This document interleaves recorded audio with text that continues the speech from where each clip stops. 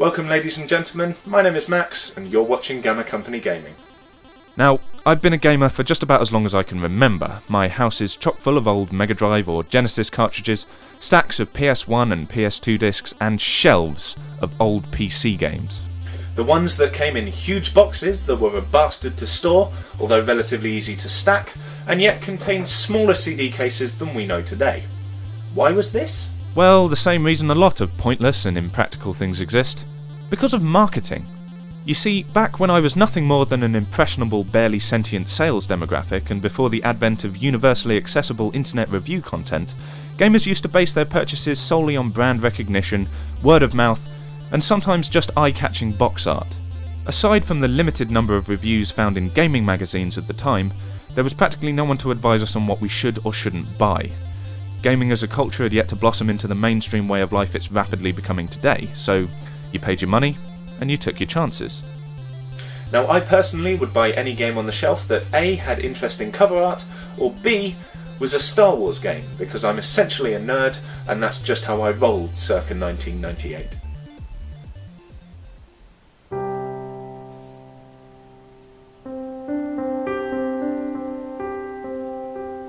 To present.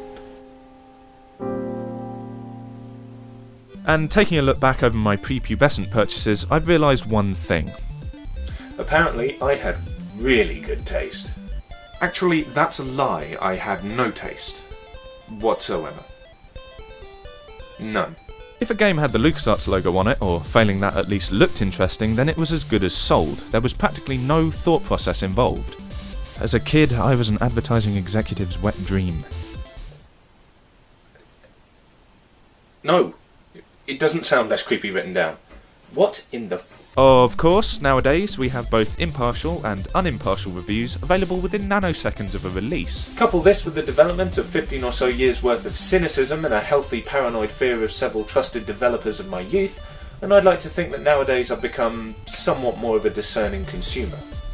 And yet, with my habit of being less picky than a starving man at a competitive pie-eating competition, I still managed to amass a relatively solid collection of apparently well-respected video games, which would indicate that I was either extremely lucky in my choices, or they really did make better games back in the good old days. That, however, is a subject for somebody with far more patience than me. No, in this series I'll be taking a retrospective look back at some of my most fondly remembered childhood games, swearing at them loudly and often, since most of them are harder to get running than a brick on a broken treadmill, and hopefully just taking a good long walk down memory lane. Although it turns out memory lane may have gone slightly downhill since I was a child, and there's a good chance we're going to get mugged. Yeah, that's right, we. You hit the play button, we're in this together. Anyway, welcome to a series of videos I like to call A Brief History of Awesome. Enjoy.